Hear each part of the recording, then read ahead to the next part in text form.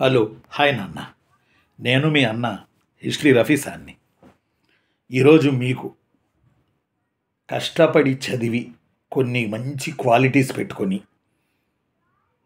ఒక సామాన్యుడు విజృంభిస్తే group 1 officer కూడా కాగలరు అని నిరూపించినటువంటి మన స్టూడెంటు రోణంకి కూర్మనాథ్ గారి గురించి ఈరోజు మీకు స్ఫూర్తిగా ఉంటుందని కొన్ని విషయాలు ఆయన జర్నీలో నేను మీకు చెప్పదలుచుకున్నాను. ఏదో అంటాం కదా, ఇనుము కాలితే మనం అనుకున్న ఆకారంలో దాన్ని తయారు చేసుకోవచ్చు. అలాగే పోటీ పరీక్షల ప్రిపరేషన్ జర్నీలో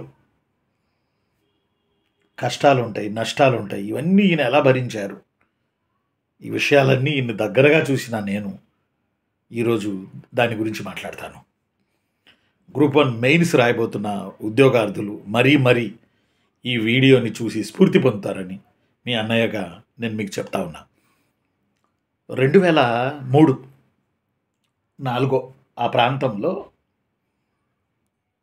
విశాఖపట్నంలో ద్వారకా నగర్ కాలనీ అక్కడ ఒక ఇన్స్టిట్యూట్లో నేను గ్రూప్ 1 మెయిన్స్ చెప్పడానికి వెళ్ళా. హిస్టరీ గ్రూప్ 1 మెయిన్స్ 2003-4 ఒక 50-60 మంది పిల్లలు ఉన్నారు. చాలామంది ఉద్యోగాలు చేస్తూ 2 రోజులు హిస్టరీ ఆప్షన్, ఆ రోజు ఉన్నటువంటి ఆప్షనల్ పేపర్లలో వాళ్ళది హిస్టరీ పేపర్ కూడా ఒకటి మెయిన్స్. దానికి నేను చెప్పడానికి వెళ్ళాను అన్నట్టు. అప్పుడు ఎక్కడ నెల్లూరులో బీఈడి చెప్పేవాడిని, సోషల్ బీఈడి కుట్టి కాలేజ్ అని విఆర్సి సెంటర్లో చెబుతూ మళ్ళీ విశాఖపట్నం జర్నీ చేసి ఆ రోజు ఆ క్లాస్కి వెళ్ళాను. చాలామంది ఉద్యోగార్థులు ఉన్నారు, ఉద్యోగాలు చేస్తున్న వాళ్ళు ఉన్నారు. ఆ స్వీట్ మెమరీస్ అన్నట్టు అవి. ఆ రోజు నేను పాఠం చెప్తుంటే అశోక ధమ్మా పాలసీ ఆ రోజు నేను పాఠం చెప్తున్నా. ముందు గ్రూప్ 1 మెయిన్స్ రాసే పిల్లలు హిస్టరీకి సంబంధించి ఒక క్వశ్చన్ వస్తుంది అక్కడ, అంతే కదా, అంటే క్వశ్చన్లు వస్తాయి. దాని బేస్ తెలిసి ఉంటే ఎక్కడ తగ్గించాలో, ఎక్కడ నెగ్గించాలో, ఎక్కడ కట్ చేసుకోవాలో, ఏ పాయింట్లు రాయాలో, ఈ స్కిల్స్ అన్నీ మనకు వచ్చేస్తాయి. మీకు విషయం తెలుసో లేదో, గ్రూప్ 1 మెయిన్స్లో ఇన్ని క్వశ్చన్లు వస్తాయని చదివితే అందులో వస్తాయి. బాగా రాయాలి, రాసే స్కిల్స్ కావాలి. సరే, మనం ఇక్కడికి వద్దాం. అశోక ధమ్మా పాలసీ చెప్తున్నాను బోర్డు మీద రాసి. ఏసీటీఓ గారు ఒక ఆయన ఉన్నారు క్లాస్లో ఆ రోజు, 2003 ఆ ప్రాంతం. పాపం వారు డ్యూటీ చేసి నా క్లాస్ ఉందని ఒక లెసన్ వీళ్ళు వెళ్దామని వచ్చినట్టున్నారు.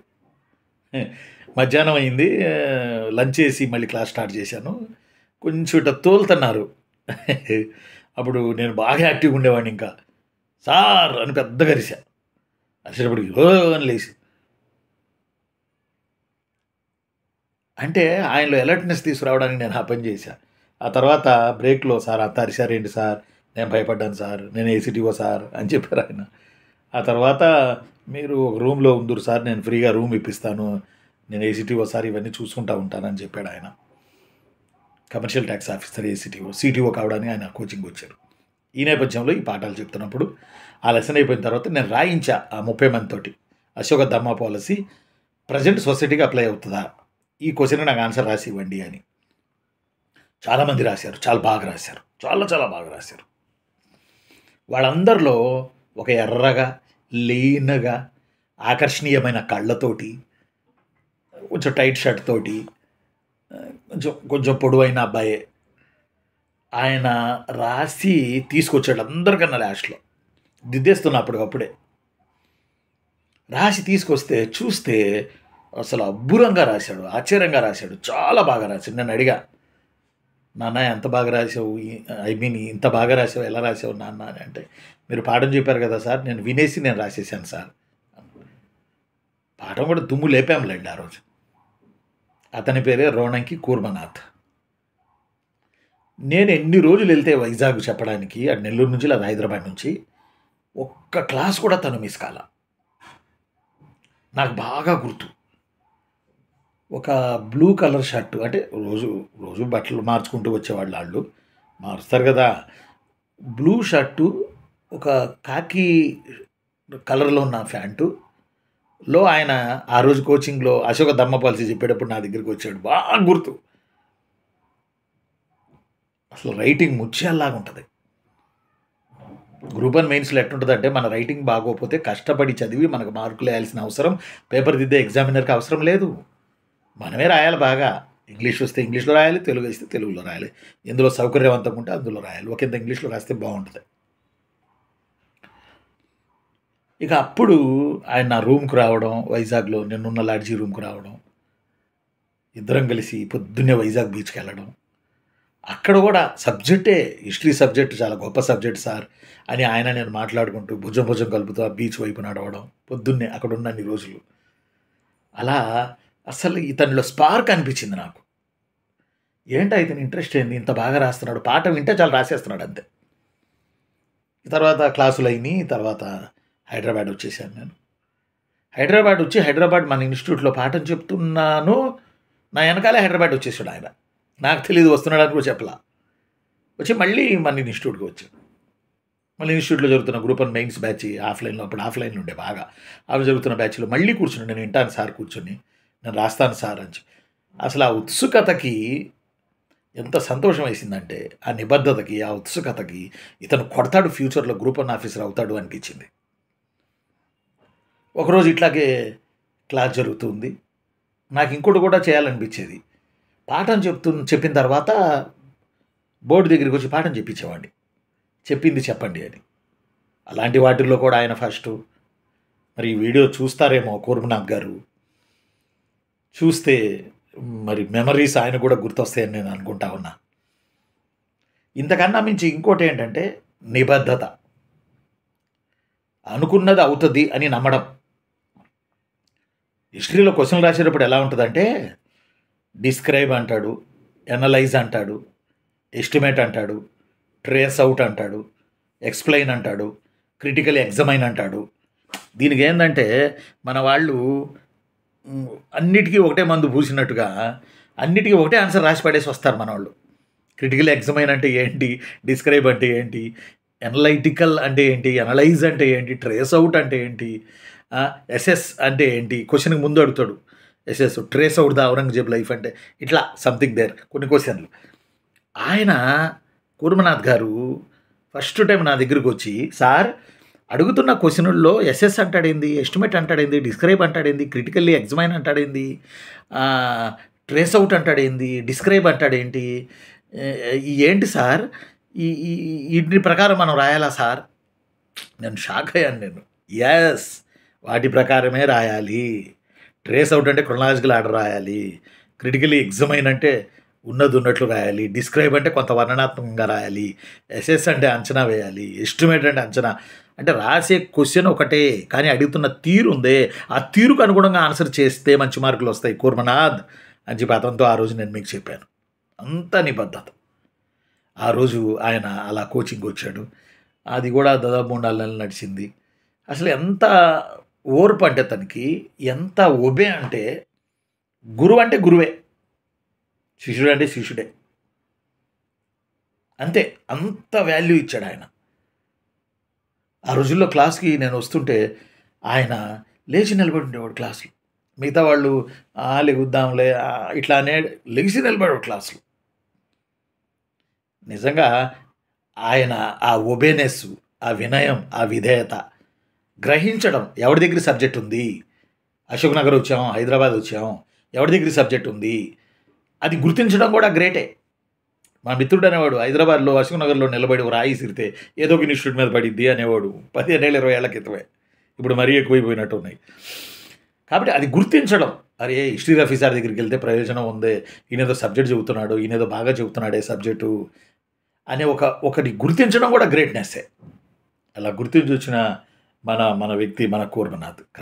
క్రమశిక్షణ, నిబద్ధత, విధేయత, దూరదృష్టి, సబ్జెక్ట్‌ని అడిగి తెలుసుకోవడం. అర్థం అవ్వట్లా? అంటే అడిగే తీరు కూడా చాలా బావుంటది. అడిగే తీరు కూడా చాలా బావుంటది. ఇప్పుడు నేను కూడా ఏదైనా పని అవ్వాలంటే నేను అడుగుతాను. ప్లీజ్ కొంచెం చేసి పెడతారా? నేను నా బిడ్డలనే అడుగుతాను అలాగా. ప్లీజ్ కొంచెం చేసి పెడతావా, ఫ్రీ ఉన్నావురా నువ్వు అని నా ఇద్దరు కొడుకుల్లో ఒకటి, ప్లీజ్ రా మీకు కుదురుతుందిరా అని అడుగుతాను నేను. ఎందుకంటే వాళ్ళ పనుల్లో వాళ్ళు ఉంటారబ్బా. అందులో అంత వినయం, అంత విధేయత. ఎగ్జామ్ అయింది, ఎగ్జామ్ రాశారు. ఏం కూర్మనాథ్ ఏంటి పరిస్థితి, కొడతారా అంటే గ్రూప్ 1 కొడతాను సార్ జాబ్ అని చెప్పాడు ఆయన. వైజాగ్ వెళ్తే అక్కడ పాఠం విన్న ఆయన మళ్ళీ నా వెనకాల హైదరాబాద్ వచ్చేసాడు, ఆయన అశోక్ నగర్లో వచ్చేసాడు. ఆయన రాయడం ముత్యాల్లాగా, ప్రతి దానిలో కొత్తదనం చూపించడం, క్వశ్చన్లో హిస్టరీలో అసలు నేనే ముగ్ధుడైపోయాను. ఆ తదుపరి రిజల్ట్ వచ్చింది. రిజల్ట్లో కూర్మనాథ్ సెలెక్ట్ అయ్యారు, గ్రూప్ 1 ఆఫీసర్గా సెలెక్ట్ అయ్యారు. 2004-05 గ్రూప్ 1 ఉమ్మడి రాష్ట్రం, లేదా 6 అనుకుంటా, సెలెక్ట్ అయ్యారు. సెలెక్ట్ అయిన తర్వాత సార్ నేను సెలెక్ట్ అయ్యాను సార్ అని చెప్పి మన ఇన్స్టిట్యూట్కి వచ్చి, ఆ ఫోటోనే మీకు తమ్మునేల మీద ఉంది చూడండి, తమ్మునేల మీద పెట్టింది ఆ ఫోటోనే. ఆయనది ఇప్పుడు ఫోటో పెట్టాను. ఈ వీడియో చూస్తే ఆయన కూడా చాలా సంతోషపడతారు. ఎందుకంటే నా శిష్యుడు కాబట్టి నేను ఇంత చొరవ తీసుకుని చెప్పగలుగుతున్నా కూర్మనాథ్ గారిని. వచ్చి మళ్ళీ ఎలా ప్రిపేర్ అవ్వాలి, ఏంటి, నాకు ఎలా జాబ్ వచ్చింది, ఇవన్నీ పిల్లలతో పంచుకొని స్ఫూర్తి రగిలించి మళ్ళీ వెళ్ళారు కూర్మనాథ్ గారు. ఆయన జర్నీలో ఉన్న ఉత్సుకత, నిబద్ధత, క్రమశిక్షణ, ఓర్పు, గురువులంటే గౌరవం, ఒబే, వినయం, విధేయత, ఓర్పు, ఇవన్నీ ఆయన జర్నీని క్యారీ చేశాయి. ఫలితంగానే జాబ్ కొట్టాడు ఆయన. ప్రిపరేషను, సబ్జెక్టు ఒకటి, మన బిహేవియర్ 2, ఈ 2 కలిస్తేనే ఉన్నత శిఖరాలకు మనం చేరుతాం. ఈ 2 లేకుండా ఏ ఒక్కటి లోపించినా మనం అనుకున్నది సాధించడం కష్టమవుతుంది. ద్రోణాచార్యుడు బొమ్మ పెట్టుకుని ఏకలవ్యుడు నెంబర్ 1 అయ్యాడు. బికాజ్ ఆ బొమ్మ పెట్టుకుని గురువు పవర్ అది. ఏ మాటలు ఆయన ఆ రోజు ఆ క్లాస్లో, గ్రూప్ 2 క్లాస్ జరుగుతున్నప్పుడు ఆ క్లాస్లో వచ్చి తను చెప్పి వెళ్ళాడు మన కూర్మనాథ్. ఈరోజు ఆయన కన్ఫామ్ ఐఏఎస్ అయ్యారు.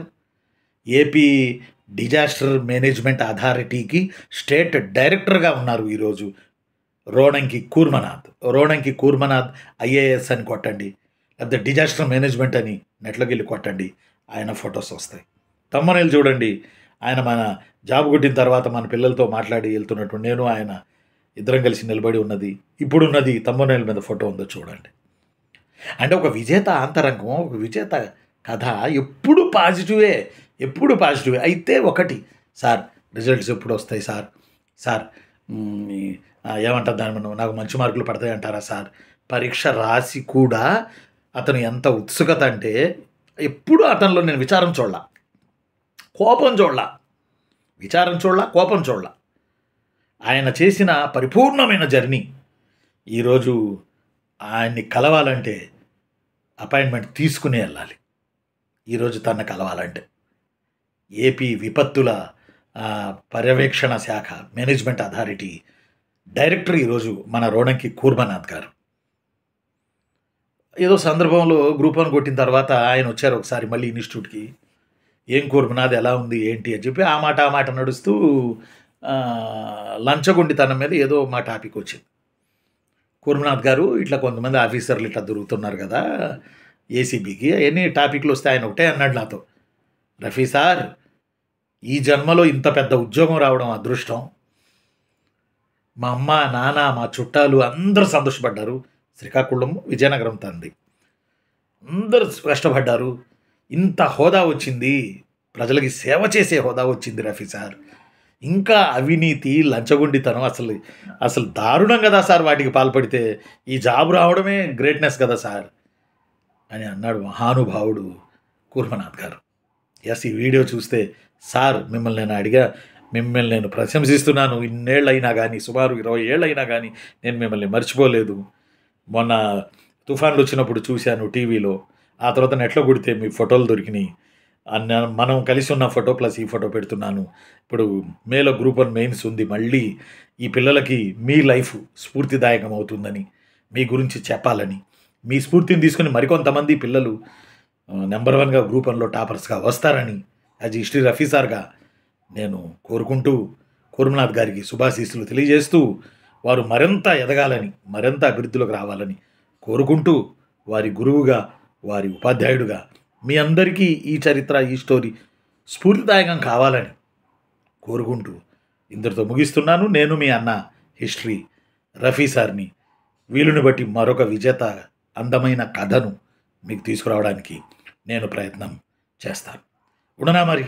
నచ్చితే లైక్ చేయండి, సబ్స్క్రైబ్ చేయండి, షేర్ చేయండి. ఆ, మళ్ళీ మరో విజేతతో మీ ముందుంటాను. పర్టికులర్గా గ్రూప్ 1 మెయిన్స్ రాస్తున్న వాళ్ళు ఈ వీడియోని షేర్ చేసుకోండి, స్ఫూర్తి పొందండి. ఉండనా మరి? Thank you very much. నేను మీ అన్న హిస్టరీ రఫీ సార్ని.